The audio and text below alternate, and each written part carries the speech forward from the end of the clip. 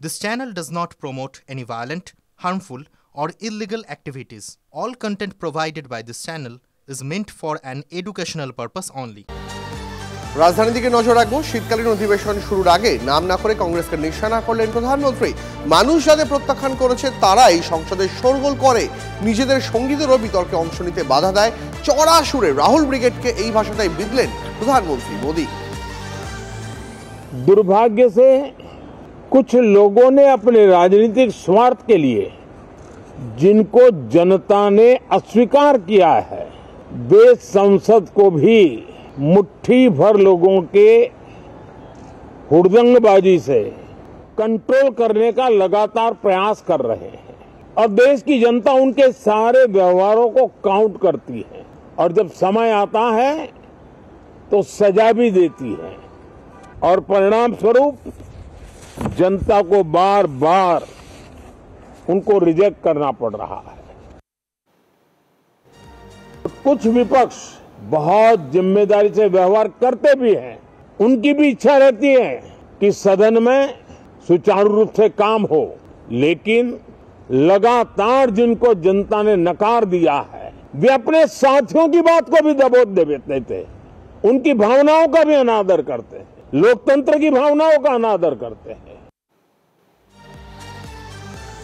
শীতকালীন অধিবেশন শুরু হবে, আর এই শীতকালীন অধিবেশন শুরু থেকে বঙ্গ বিজেপি কি স্ট্র্যাটেজি সাজাতে পারে?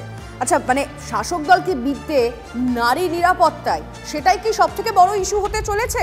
চলুন কথা বলা যাক। আমাদের রিপোর্টার নয়াদিল্লি থেকে সরাসরি রয়েছেন জ্যোতির্ময় কর্মকার। জ্যোতির্ময়, অবশ্যই আমাদের এই বিষয়টা নজর থাকবে, কারণ বঙ্গ বিজেপি যে ভোটের রেজাল্ট আমরা দেখলাম দীপ, সেখানে দাঁড়িয়ে 6-0, তারপরে নারী নিরাপত্তার বিষয়টিকেই কি সামনে রাখবে জ্যোতির্ময়?